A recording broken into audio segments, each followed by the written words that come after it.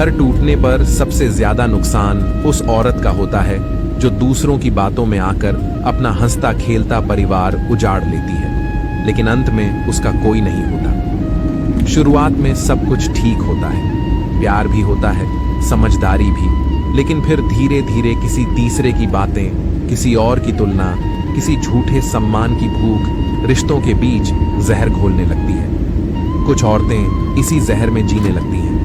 उन्हें लगता है कि अब वो किसी से कम नहीं। हर बात में सवाल, हर बात में ताना, हर बहस में खुद को सही साबित करने की जिद। वो भूल जाती हैं कि रिश्ता बराबरी से चलता है, हुकूमत से नहीं।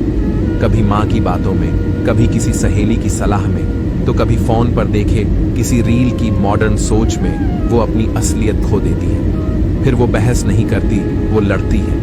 वो बात नहीं समझती, वो थोपती है। और फिर एक दिन हर छोटी बात पर कहने लगती है, मैं अब और नहीं सहूंगी, मैं अपने रास्ते जा रही हूं, मुझे फर्क नहीं पड़ता।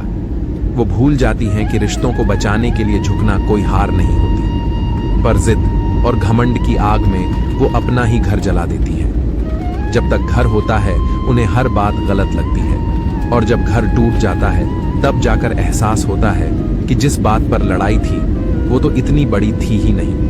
लेकिन अब बहुत देर हो चुकी होती है, न ससुराल रहा न मायका वैसे अपनाता है। जिस घर को छोड़कर गई थी अब वो भी वापसी की उम्मीद नहीं रखता, और जिन लोगों ने बढ़ावा दिया था वो अब चुप हो जाते हैं, क्योंकि उनका तो काम ही था किसी और की जिंदगी में आग लगाना। फिर एक दिन वही औरत दूसरों के बच्चों को स्कूल जाते देख रोती है, बाजार में पति पत्नी को साथ चलते देख सिसकती है, पर अब उस रोने की कोई कीमत नहीं होती, क्योंकि एक जिद, एक बहकाव, एक झूठा सेल्फ रिस्पेक्ट उसके सारे रिश्तों को निगल चुका होता है।